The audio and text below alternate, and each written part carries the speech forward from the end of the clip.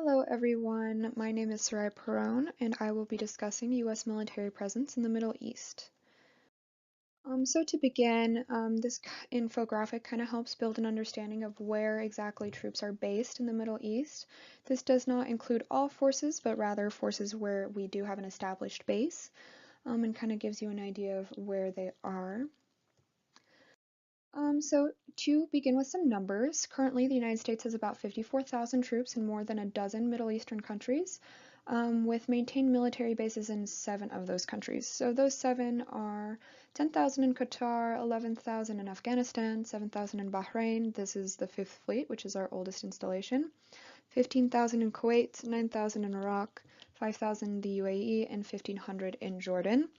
And this is not to include forces that are also in Egypt, Israel, Lebanon, Syria, Jordan, Yemen, Saudi Arabia, Oman, and Turkey. So, including the wars in Iraq, Afghanistan, Pakistan, and Syria, U.S. military presence in the area has cost us nearly $3.6 trillion. Of course, there are estimates that are above this number and below, but this was one that is most agreed upon.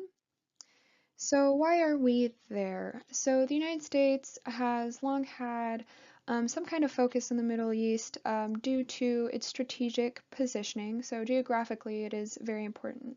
And also due to security concerns, economic interests, and energy interests. Especially the United States is interested in maintaining free flows of oil and gas from the region, not only for itself, but for its allies. Comparatively, the United States gets not that much oil from the Middle East, but allies certainly do, so it's definitely in our best interest to make sure that our allies do have access to the oil from the Middle East.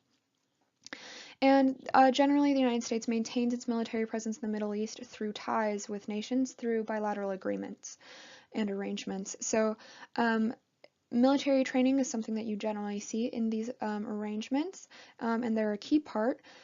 So what you generally see with that is that U.S. forces train Arab armed forces in order for them to assume a larger responsibility for regional security and for sovereignty. So examples of this include Kuwait, Bahrain, the UAE, Saudi Arabia, and Qatar.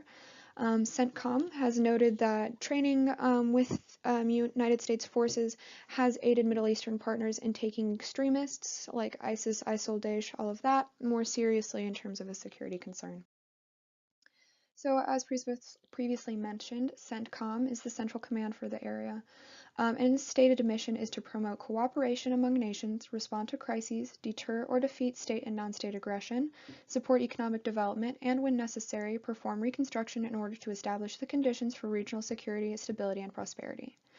So to do this, CENTCOM has at its disposal U.S. Naval Forces Middle East, U.S. Army Forces Middle East, U.S. Air Forces Middle East, U.S. Marine Forces Middle East, and U.S. Special Operations Command Middle East. So any of the military personnel in this region are under this command. So for the region, there are about 4 main strategic objectives that we can discuss, and these are as expressed by civilian and military officials over the past 2 decades. So the first objective is the presence of the U.S. military enhances regional security overall and reduces political instability within Middle Eastern governments.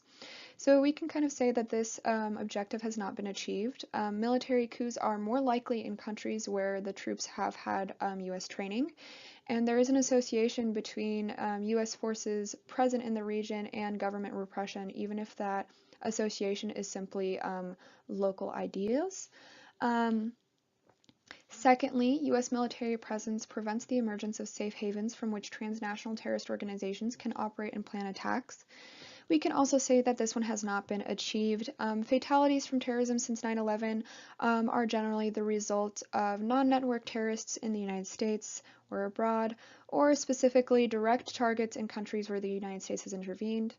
And additionally, the United States presence increases likelihood of anti-American terrorism, so definitely not achieved. Thirdly, United States military presence assures the free flow of oil and gas to and from the region.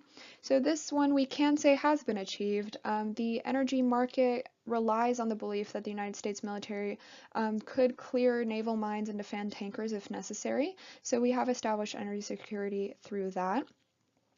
And then lastly, U.S. military presence will build the capacity of regional military so they can defend and secure their own sovereign territory. So this kind of goes in with the first objective, and just as the first objective has not been achieved, neither has this one. While the United States has assisted in building the capacity of local militaries, the region has continued to experience significant conflict, and this is either inter-country conflict or civil, anything like that. There is continued conflict that has not been quelled by the U.S. military presence. So military presence, it doesn't seem like there is an end in sight for the area. Um, there has been increased mission activities in key areas. So there were more airstrikes launched in Yemen in March of 2017 than all of 2016, and this number is increasing. And there has been increased force reporting in Syria and Iraq, as well as increased airstrikes in both of those regions. There has also been an increase in number of troops deployed to the area in the last 4 months of 2017.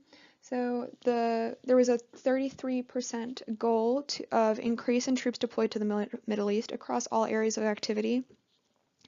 So that includes all of those countries that were previously mentioned. And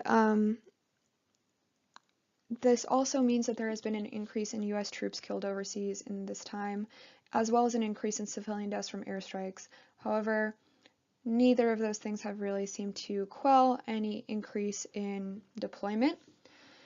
And then what's particularly confusing and why there seems to be no end in sight is that policy on the area has kind of been unclear from the Trump administration.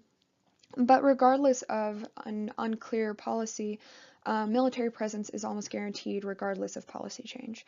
So this kind of just means that regardless of whatever we choose to do policy-wise, the military is almost so entrenched in any kind of policy decision, and especially entrenched in the region, that regardless of any policy change that we see, it's unlikely that that policy will mean complete removal of the military. Mattis himself has kind of used the idea of annihilation tactics as what the military will be pursuing, which kind of suggests that they're increasing troops in the hopes of surrounding ISIS and other targets and annihilating them. However, controversially, many of these deployments have been done through mission creeps, which means that little about these deployments is known by Congress and the military, which are both pretty important personnel. So regardless of what goes on in terms of whatever the Trump administration decides in terms of policy change, the military presence in the Middle East will continue regardless. And here are the sources I used, and thank you so much.